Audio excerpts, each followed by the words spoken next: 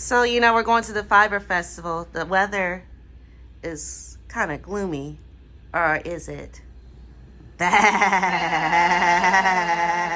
Make it bad. Okay, y'all. Come on over. We're going to a Fiber Festival, even though this looks a little like us turning into sheep in a nearby hotel. Let me run the credits.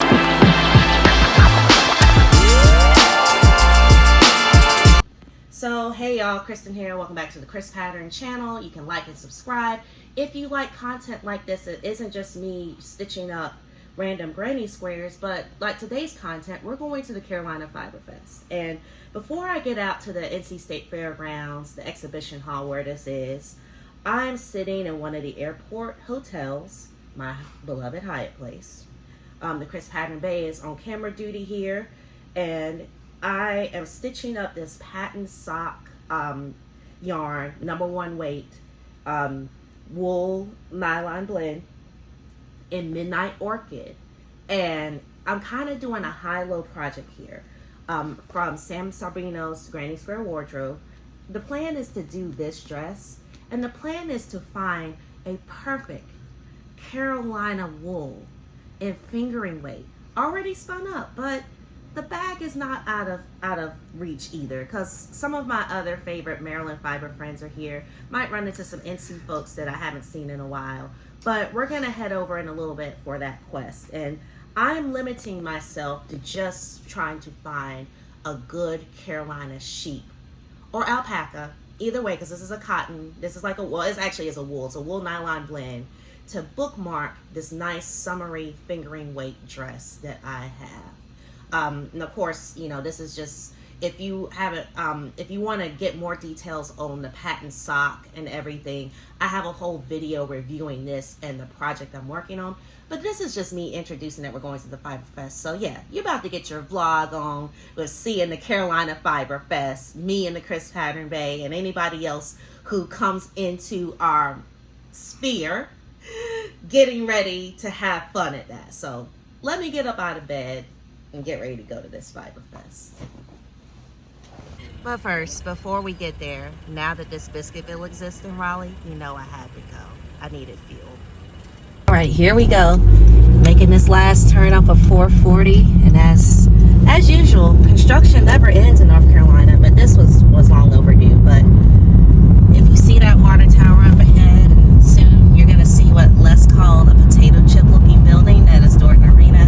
That is the site of where we're going today here at the Carolina Fiber Festival. This is not quite, kind of like when you go to Maryland Sheep and Wool and it's at Howard County Fairground. This is also kind of like that. Unlike my JoAnn review video, I'm not going to talk to death here on the road, because as you see, here we are at the room where it's happening today. And this is where, during State Fair season, like all of our, and of course, yeah, NC State College of Veterinary Medicine, so yeah, our school farm and our fairgrounds. You know, this is where, capital of agriculture here in our state, well, at least my home state, that is. And I do need to turn in here so I can actually get into the parking lot. At least that's what they said. They said that this, even though I'm gonna just keep straight because things have changed. They're a little disturbingly different. But as you see, it's a popular day here at the Carolina Fiber Fest.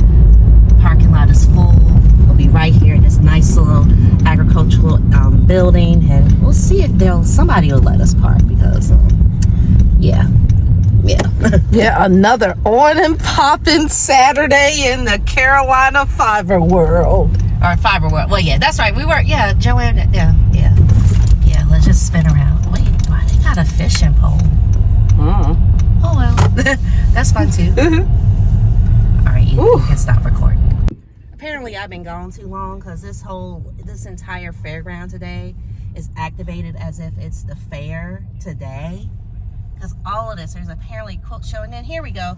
This is where we're supposed to go. It's like, that's why there was another fishing pole, because yeah, there's a lot of festivals here. I'm glad that revenue is, like, we're getting good revenue here at our NC State Fairgrounds. Might have to check out that flea market though. That seems promising too. That does. But this is my flea market. My flea market is going on in this building. not trying to hit you. Yeah. There we go. Carolina The Fiber Fest. Oh my God. Including, oh, they got a van. Well, no, Asling Yarns. I know you've been wanting me to get a van like that. Now, I've definitely considered it, baby. But yeah, it looked like I gotta go back up this way or park in the grass. Wow. But yeah, during fair season, all of this is like rides and stuff. Oh, I can see that. But it flexes as like parking. Is that a space right here? No. Oh, never mind. Somebody was just really tucked in there. Yeah. As I said before, as I'm coming in here, I'm trying to do this on a budget. I've already pulled cash out. And I will mention some things that I would buy at a $30 budget, a $60 budget, and an unlimited budget. Yeah! But we're not going to have an unlimited budget. And we're going to keep her away from the flea market that's on the other side of this Dorton arena. It's looking mighty tempting. And I'm the one that spends a lot on yarn. Yeah, don't tempt me with a good time at the flea market.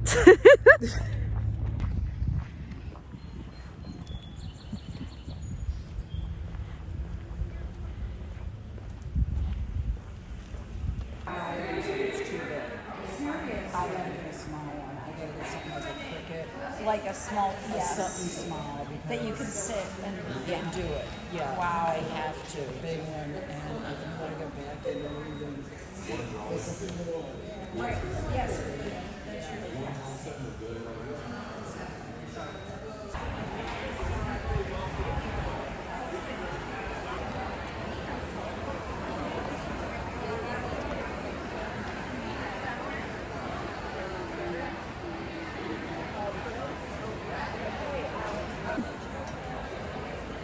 Don't you kind of have some? Is in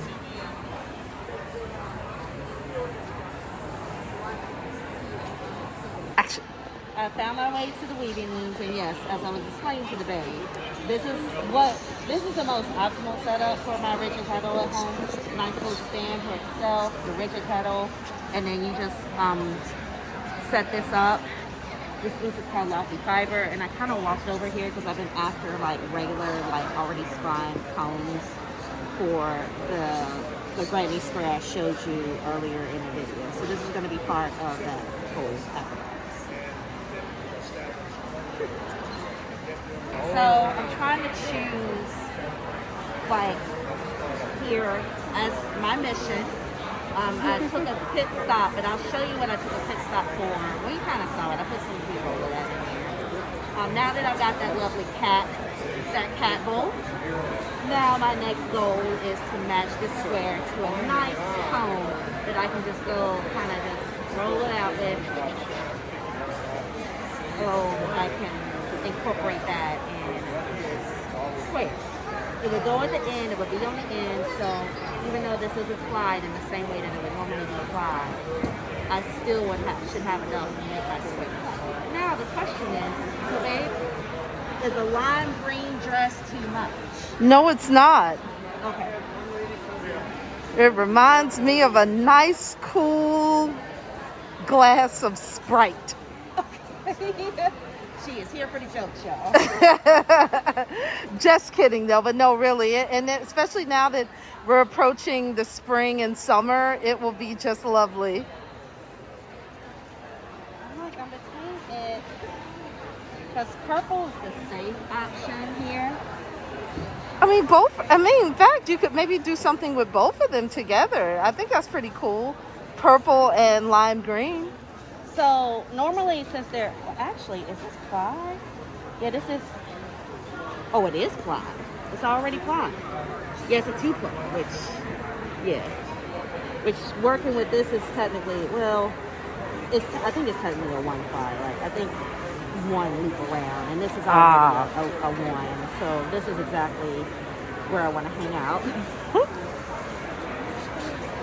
And the pattern is made for cotton squares. This is summer outfit.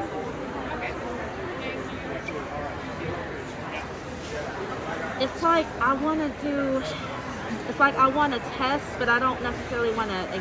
I don't want to invest in something that I won't like, since it's so much of it. And this is Oh yeah, the knitting otter, the bigger bowls. All right, well, while she makes a decision, we'll be back after these messages. No, we're just gonna cut the camera off and then you'll figure out what I decided. That's what we're doing. Okay, fine. Well, before I went outside, again, I just had to highlight all this wonderful fiber work. And even though later in the video, Future Me says that I didn't get to show some of the guilds, I did show you some of the guilds. But this is the fiber arts competition as well. And then, yeah, I went outside to stitch up a little bit and take advantage of that wonderful sunny day. And yes, you'll see more of this commentary that I'm making here in my video, my crochet sock review. But yes, Carolina Fabric Fest was a win. And so now we're back at home in our regular environment. And as you see, I had to get the t-shirt. So that's one part of my haul. And of course, from Lofty Fibers, they came in handy with these cones. I'm about to put these cones onto, or at least parts of these cones onto this crochet sock, so I can continue my journey of making the lovely my granny square wardrobe dress that I'm making. And then the fold out cat. First of all, that sign that you had at your booth, I was absolutely going to be buying from your booth. There was no question. And I've been looking for a bowl, and you know, we would love to have a cat in here, but with all the yarn, and I know a lot of my fiber friends do have furry friends that aren't stuffed pillow friends technically, but just the way our life is set up, this cat is going to be our cat for a while. Does not have a name, but it is lovely and magenta, matching my headband from my colleague, my fiber colleague, Terrence Williams, who definitely continue to watch his work and support his fiber work. But yes, this crochet sock, it's just chef's kiss. Yeah, so that's my little haul. And so let me talk a little bit about how I thought about the festival. First and foremost, it was worth making the drive, mainly because, of course, you're like, well, of course, Kristen, you're becoming a fiber influencer. And, you know, of course you would come. But it did something more than just giving me content for this YouTube channel. It gave me a reassurance that there is a place for me in my home state doing this fiber work. It gave me reassurance that there is a market. There are black and queer and black queer, as some of us call ourselves, folks who are in the fiber arts. I loved the demonstration tables. I loved being able to see all the different demonstrations and how chill they were, and people were just there demonstrating. I know there was a competition element involved, even in the fleece to fiber, but I'm so excited that y'all at least got to dye your yarn. You didn't have to spin in the grease, as my friends who are on the Maryland Sheep to Shawl team have to. So those of us who were there from Maryland, if you see those of you who are at the Fleece to Fiber table and happen to run into this video because you're searching for Carolina Fiber Fest recaps somehow, and you saw me and my friend Caroline, like we are Carolinians in Maryland now who are just so excited, and we love our friends on the team. Anyway, let me not ramble too much. The lady at the NC Alpaca place asked me to talk about some things that they could improve on and let people know. And since I'm making this video, I'm happy to share those. For the most part, I like that it was an indoor space. Of course, it's one of those animal barns, and I've been in that animal barn before. It's been years since I've been to the actual state fair when all the goats and everything and the sheep are in there. And no, there was not live animals at this show. So if you were looking for live animals, this is not the show for you. But if you're looking for fiber equipment that's used, connections to fiber guilds and communities throughout the state of North Carolina, and I believe South Carolina as well, that's there. Of course, there was a really cool, the booth that had all of the, I think I highlighted them in the tape earlier, the booth with all the cute little, and let me put a picture up here of them, the cute little stickers and badges. I love that, because of course, and I loved, of course, Fold Out Cat's sign saying everybody is welcome in the booth. So I would have liked more indoor chairs and more ventilation. Maybe having one of those garage doors open would have brought in some more crosshair. We needed more food in there because I know for a fact, like Carolyn had told me that they had come to the festival on Friday and left because there wasn't enough of a food option. So yeah, maybe food trucks, since it's on the fairground. Maybe if you could partner with the state fairgrounds and food trucks could come in. I can't remember how Raleigh is handling food trucks at this moment. I know it's been contentious in the past, but this is an opportunity. And I know this might not have anything to do with the Carolina Fiber Fest team, might not have anything to do with that. And of course, it was nice to see diverse volunteers, vendors could have been more diverse. And I think one other thing I would say is, I know you want to go ahead and get your festival locked in, but one other thing could be maybe to have like a scholarship for new vendors, or at least have a couple of slots remaining for new vendors that might find out later on in the year. But I get it, you do have to rent that space. It's good to lock in everybody early in the year, give everybody time to get ready and get enough product to come to the festival and make their hotel plans, staffing plans, etc. But I would have loved to have seen more like diversity in vendors. And also, I know Nashville Fiber Fest was on the same day. And I don't know, Carolina organizers and Nashville organizers, maybe y'all could talk so that way they are not the same weekend. So I can be in the building in both places next year, because I would love that. I would love to hang out with y'all too, because it's nothing like coming together with fellow Southerners that craft and who have lived through how craft was like part of our livelihood and now it's not. But anyway, I'm going to move on, and I hope that you've enjoyed this video. You can like and subscribe for more reviews of fiber events, more reviews of me reviewing certain yarns, both that come from Fiber Fest and hand-dyed yarn people, as well as your local Michael, since it's all we got right now, as well as some of our favorite other online order people. And yes, I'm also going to be doing some like live stitchings where I'm playing some music, kind of going back to my days as a NC State college DJ at WKNC. So if you want some of that's also on the channel, and I'll see you soon on my next video.